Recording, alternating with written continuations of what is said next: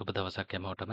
අද අපි සාකච්ඡාව ආරම්භ කරන්නේ තුන්වෙනි පාඩම රජය හා ව්‍යාපාරය යටතේ හතරවෙනි අනුමාතෘකාව රජයේ මූල්‍ය ප්‍රතිපත්තිය. ඒ යටතේ අපිට ඉගෙන ගන්න තියෙන ඉගෙනුම්පල පහක්. පළවෙනි ඉගෙනුම්පලය රජයේ මූල්‍ය ප්‍රතිපත්තිය පැහැදිලි කිරීම. රජයේ මූල්‍ය ප්‍රතිපත්තිය යනු රටක මුදල් සැපයුම රටට උචිත අයුරින් පාලනය කර ගැනීම සඳහා රජය ක්‍රියා කරන ආකාරයයි. ශ්‍රී ලංකා රජයේ මූල්‍ය ප්‍රතිපත්තිය ශ්‍රී ලංකා මහා බැංකුව විසින් ක්‍රියාත්මක කරනු ලබයි. එතකොට රජයේ මූල්‍ය ප්‍රතිපත්තිය ක්‍රියාත්මක කරන්නේ මහා බැංකුව විසින්. සෑම රටකම මූල්‍ය බලධාරී ආයතනය මධ්‍යම බැංකුව වන බැවින් මූල්‍ය ප්‍රතිපත්තිය මධ්‍යම බැංකුව විසින් ක්‍රියාත්මක කරනු ලබයි. ඒ කියන්නේ ඕනෑම රටක මූල්‍ය ප්‍රතිපත්තිය ක්‍රියාත්මක කරන්නේ ඒ රටට අදාළ මධ්‍යම බැංකුව නැත්නම් සෙන්ට්‍රල් බැංක් එක විසින්. මුදල් සැපයුම යනු යම් නිශ්චිත දිනකට රටක මහජනතාව සතුව පවතින වියදම් කළ හැකි මුළු මුදල් තොගයයි.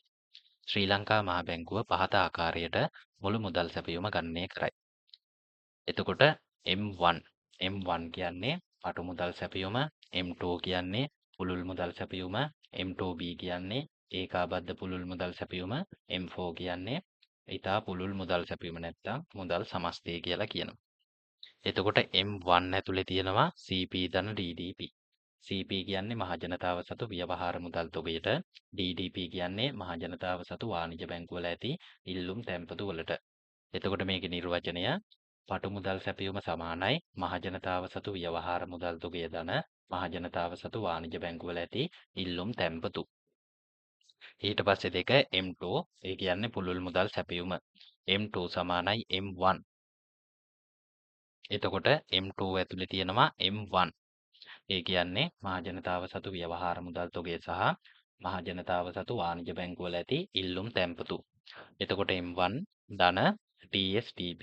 TSDP කියලා කියන්නේ මහජනතාව සතු වාණිජ බැංකුවල ඇති කාලීන හා ඉතුරුම් තැන්පතු වලට.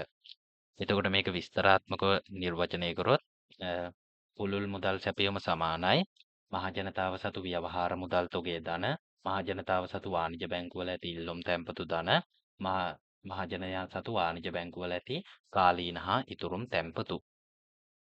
ඊට පස්සේ තුන්වෙනි එක M2B. M2B කියන්නේ ඒකාබද්ධ පුළුල් මුදල් සැපයීම. ඒකාබද්ධ පුළුල් මුදල් සැපයීම ඇතුලේ M2 තියෙනවා. M2 ඇතුලේ M1 තියෙනවා. එතකොට මේ ඔක්කොම අයත් වෙනවා මෙතින්න. ඊට පස්සේ NRFC. NRFC කියන්නේ අනේවාසික විදේශ ව්‍යවහාර මුදල් තැන්පතු. එතකොට ඒකෙන් ගන්න 50% විතරයි. ඊට පස්සේ RDFCBO ඒ කියන්නේ නේවාසික විදේශ ව්‍යවහාර මුදල් තැන්පතු. එතකොට මේකත් දීර්ඝ වශයෙන් නිර්වචනය කරොත් M2B ඒකාබද්ධ පුළුල් මුදල් සැපයීම සමානයි මහජනයා සතු ව්‍යවහාර මුදල් තොගය ධන මහජනයා සතු වාණිජ බැංකුවල ඇති ඉල්ලුම් තැන්පතු ධන මහජනයා සතු වාණිජ බැංකුවල ඇති කාලීන හා ඉතුරුම් තැන්පතු ධන අනේවාසික විදේශ ව්‍යවහාර මුදල් තැන්පතු ධන නේවාසික විදේශ ව්‍යවහාර මුදල් තැන්පතු. ඊට පස්සේ අන්තිම වශයෙන් දෙනවා මුදල් සමස්තය M4. M4 ඇතුලේ තියෙනවා M2B. එතකොට M2B ඇතුලේ තියෙනවා M2. M2 ඇතුලේ තියෙනවා M1. ඒ කියන්නේ මේ ඔක්කොම ඇතුළත් වෙනවා M4 වලට. ඊට අමතරව TSD LSB. ඒ කියන්නේ බලපත්‍රලාභී විශේෂිත බැංකුවල ඇති කාලීන හෝ ඉතුරුම් තැන්පතු. ඒ වගේම TSB RFC ඒ කියන්නේ ලියාපදිංචි කළ මූල්‍ය සමාගම් වල ඇති මහජනයා සතු කාලීන හා ඉතුරුම් තැන්පතු.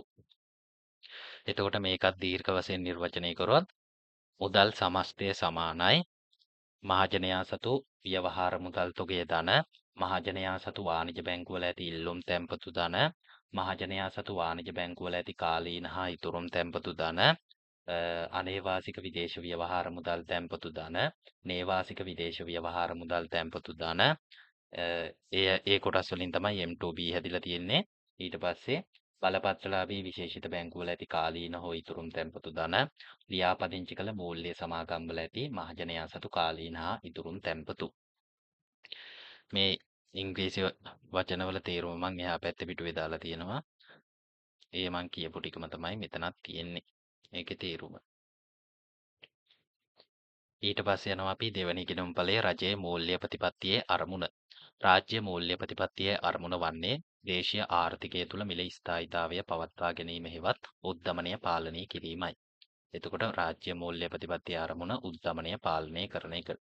මෙහිදී දිගු කාලයක් පුරා මිල මට්ටම ස්ථාවර මට්ටමක පවත්වාගෙන යාම අපේක්ෂා කෙරේ.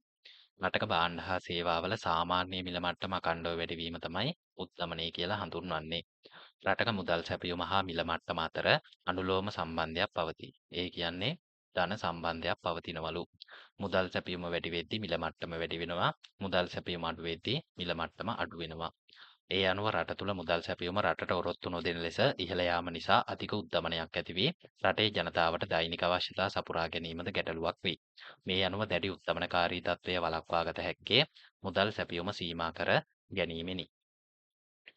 ඊට පස්සේ යනවා තුන්වෙනි ඉගෙනුම්ඵලය හතරවෙනි ඉගෙනුම්ඵලයයි දෙකම එක තැන දාලා තියෙනවා. මොකද ඒකෙන් අදහස් වෙන්නේ දෙකම නිකන් එකම අර්ථයක්. තුන්වෙනි ඉගෙනුම්ඵලය රටක මූල්‍ය කටයුතු පාලනය සඳහා රජය අනුගමනය කළ හැකි උපාය මාර්ග.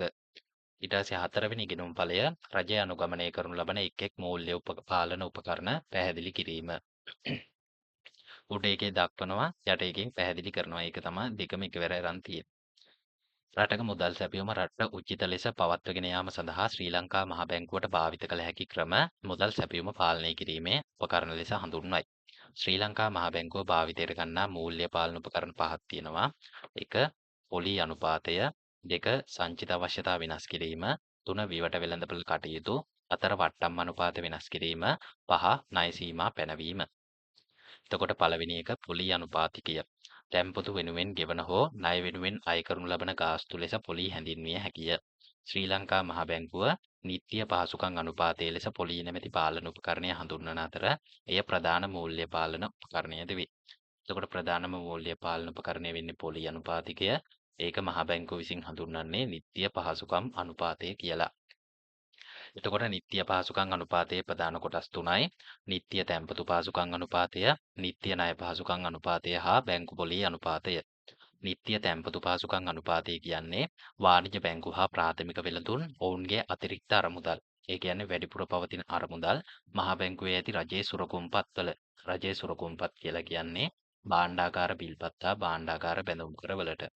එතකොට රජයේ සුරකුම්පත්වල ආයෝජනය කිරීමේදී මහ බැංකුව විසින් අදාළ වාණිජ බැංකු වලට ගෙවනු ලබන පොලී අනුපාතිකය තමයි නිත්‍ය තැන්පතු පහසුකම් අනුපාතිකය කියන්නේ.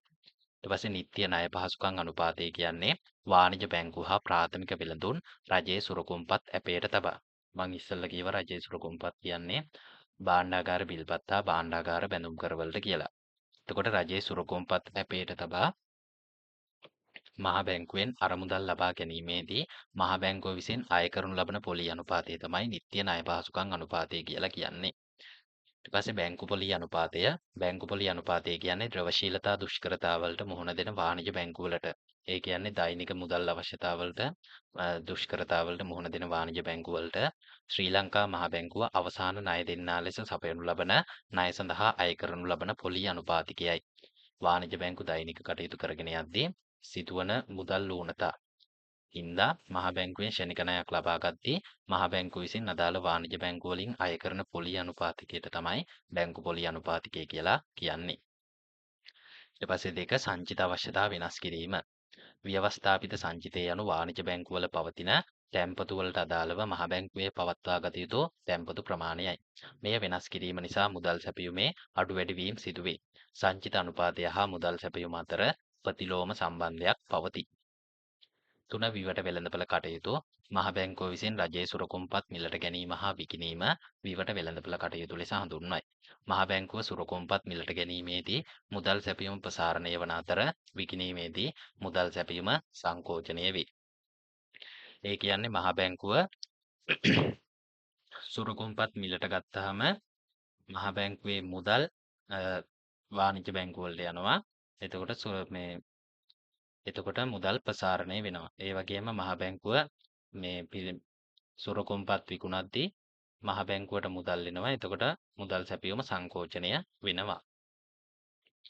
4. වට්ටම් අනුපාත වෙනස් කිරීම මහජනයා විසින් මිලට ගෙන ඇති රජයේ සුරකුම්පත් කල්පිරීමට පෙර වාණිජ බැංකු වෙත ඉදිරිපත් කර මුදල් ලබා ගැනීමේදී අඩු කරනු ලබන ප්‍රතිශතක අගය වට්ටම් අනුපාත නම් වේ. එනම් Taman මිලටගත් රජයේ සුරකුම්පත් වලට අදාළ මුදල් අවශ්‍ය නම් නියමිත කාලයට පෙර ලබාගත හැකි අතර එය රජයේ සුරකුම්පත් වට්ටම් කිරීම ලෙස සැලකේ. එහිදී අඩු කළ හැකියයි මහ බැංකුව නියම කර ඇති අගය වට්ටම් අනුපාතය නම් වේ. 5 ණය සීමා පැනවීම මහ බැංකුව මූල්‍ය ආයතන වලින් ලබා දෙන ණය සම්බන්ධයෙන් පාලනයක් ඇති කිරීම ණය සීමා පැනවීම නම් වේ. මෙලෙස මහ බැංකුව ණය සීමා පැනවූ විට අදාළ සීමාවන්ට යටත්ව ණය දීමට බැංකු හා මූල්‍ය ආයතන බැඳී සිටී. එතකොට ණය සීමා පැනවීම දෙආකාරයකට සිදු වෙනවා. එක ප්‍රමාණාත්මක ණය සීමා පැනවීම, දෙක ගුණාත්මක ණය සීමා පැනවීම. ප්‍රමාණාත්මක ණය සීමා පැනවීම කියන්නේ රටේ සමස්ත මුදල් සැපයුමට බලපෑමක් ඇති කරන බැංකු ණය ප්‍රමාණය අඩු හා වැඩි කරමින් සමස්ත ණය ප්‍රමාණය පාලනය කිරීමට තමයි ප්‍රමාණාත්මක ණය සීමා පාලනය කියන්නේ. ඔයකට උදාහරණ විදියට තිය හැකි උපරිම ණය ප්‍රමාණ නියම කිරීම, ණය දීම නතර කිරීම. ගුණාත්මක ණය සීමා පැනවීම කියන්නේ ආර්ථිකයක ණය ගලා යන දිශාව පාලනය කිරීම. නැත්නම් ආර්ථිකය දිරිගැන්විය යුතුයයි තෝරාගත් අංශ සඳහා ණය ගලා යාම දිරිමත් කිරීමත්, අධෛර්යමත් විය යුතු අංශ කෙරෙහි ණය ගලා යාම සීමා කිරීමත් අරමුණු කොටගෙන ක්‍රියාත්මක වන ක්‍රමය තමයි ගුණාත්මක ණය සීමා පැනවීම කියන්නේ. උදාහරණ දීලා තියෙනවා ණය සැපිය හැකි හා නොහැකි ශේෂ්ත්‍ර නම් කිරීම, යහ පෙළඹවීම. පස්වෙනි ඉගෙනුම් ඵලයට යනවා රජය අනුගමනය කරන මූල්‍ය පාලන උපක්‍රම ව්‍යාපාරවලට බලපාන ආකාරය. මූල්‍ය පාලන උපකරණ මගින් රජය වෙනුවෙන් මහ බැංකුව මුදල් සැපයුම පාලනය කර ගැනීම අපේක්ෂා කරයි. එහිදී මූල්‍ය පාලන උපකරණ හසුරුවන ආකාරය අනුව ණය දීමද තීරණය වේ. එමගින් ව්‍යාපාරවලට හිතකර මෙන්ම අහිතකර බලපෑම්ද ඇති වේ. උදාහරණ දීලා තියෙනවා මහ බැංකුව ප්‍රමාණාත්මක ණය සීමාවක් ලෙස ණය දීම නතර කළ විට ව්‍යාපාරවල ආයෝජන ශක්තිය අඩු වී නිෂ්පාදනය බිඳ වැටීමෙන් ව්‍යාපාරවල ප්‍රතිලාභද අඩු වේ. ගුණාත්මක ණය සීමාවක් ලෙස මහ බැංකුව අත්‍යවශ්‍ය අංශ සඳහා ණය සැපයුම වැඩි කළ විට දාළ ශේෂ්ත්‍රවල ආයෝජන හැකියාව වැඩි වීමෙන් ව්‍යාපාර දියුණුවට ලක් වේ. රයිට් එතකොට අද රජයේ මූල්‍ය ප්‍රතිපත්තිය තුන්වෙනි පාඩමේ 4 වෙනි අනුමාතෘකාව සාකච්ඡාව අවසන්. එහෙනම් හැමෝටම thank you.